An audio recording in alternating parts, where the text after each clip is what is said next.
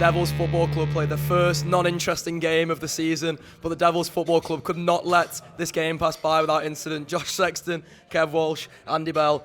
Kev, fucking pick the bones out of that. The fucking Devils own it. I've just said exactly the same to some kid in the bog there. Listen, we actually played well. I thought we done all right. You got to remember that they have been promoted last season on the back of that type of defender. Obviously not to that extent in the Championship, but they're a team designed, built, and probably enjoying doing that. And for 92 minutes, it looked like it was going to work. But fucking hell, mate, you come at the king, you best not miss. And Mo Salah, he missed fucking everything today. But when it actually mattered, he goes and gets it done. And people keep saying you can't keep doing this and you can't keep doing that. But that's only because no one's ever done it before. If there's any team in the fucking world that's going to win the league with 38 last-minute winners, you're looking at them. And it's just a flawed logic, isn't it, Andy, that you can't keep doing this and you can't keep doing that? Because if Liverpool keep getting 3 points, I can tell you what's going to happen at the end of the season. Yeah. First of all, Hannibal Mabry, more like handball Mabry. Yeah, nice.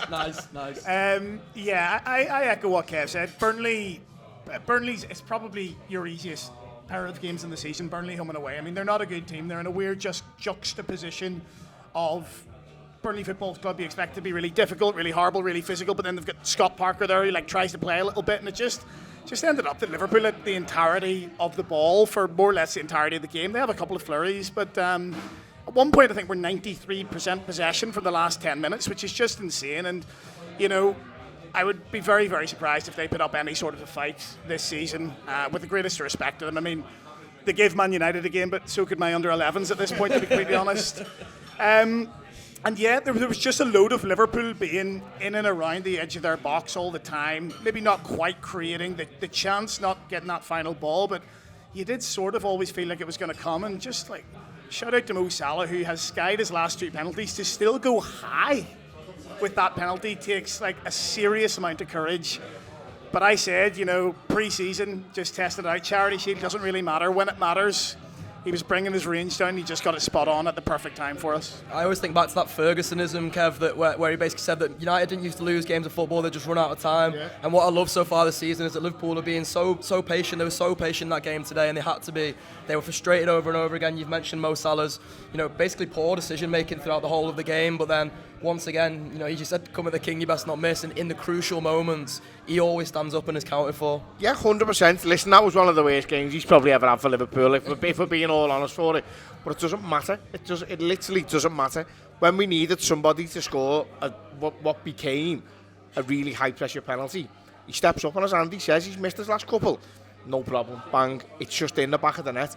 And that thing about running out of time rather than not winning games, the reason that's the case is because we've just played them for 90 minutes there, and for 90 minutes they had to be mentally switched on. Every single decision that they made as an individual and as a collective had to be perfect. So that was why a lot of our stuff was breaking down 5 yards from goal, 6 yards from goal, 7 yards from goal, because it's breaking down because they've moved as a unit the last 20 yards deep. Perfect. If their manager, obviously he'd be gutted that he's lost, but I think he'd be proud of the way that they played there, and their fans, they were thinking, tell you what, mate, if we can do that to them, there's no better team in the country than Liverpool. It's demonstrably so with the champions. So if they play that type of football, and then 1 or 2 of their attacks then come off that, Anthony, he was lively when he was on there, wasn't he? They had a couple of little breaks there, but he's dealing with Mo Salah. Mo Salah. To be fair, Mo Salah could have played centre-half today. We were that high up the pitch. But he's dealing with Virgil van Dijk, isn't he?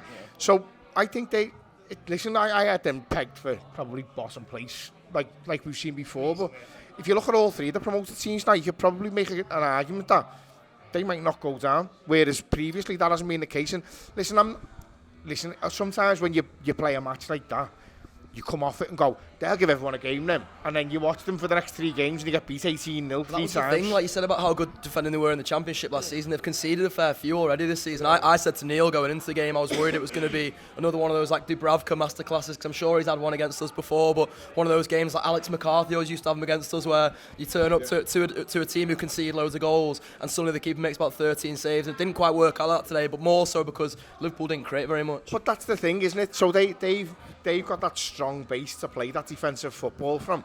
The issue in some games, listen, I might be talking absolute nonsense and you go on to never be able to... Usually are. Yeah, most of the time I am, to be fair. YouTube, press the button, become a member of the Anfield Wrap from the heart of the city of Liverpool. The best way to enjoy all your Liverpool-based videos, everything you need, every single day. It is the Anfield Wrap.